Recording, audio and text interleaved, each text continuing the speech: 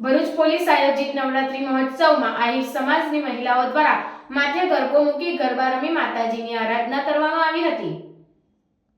ભરૂચમાં police welfare society દ્વારા safe and secure Navratri મહોત્સવનું આયોજન કરવામાં આવ્યું છે।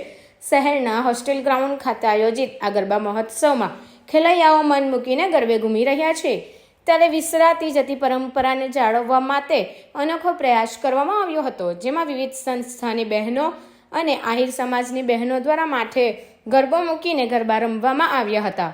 પરંપરાગત વસ્ત્રો પરિધાન કરી મહિલાઓ ગરબે ઘૂમી હતી।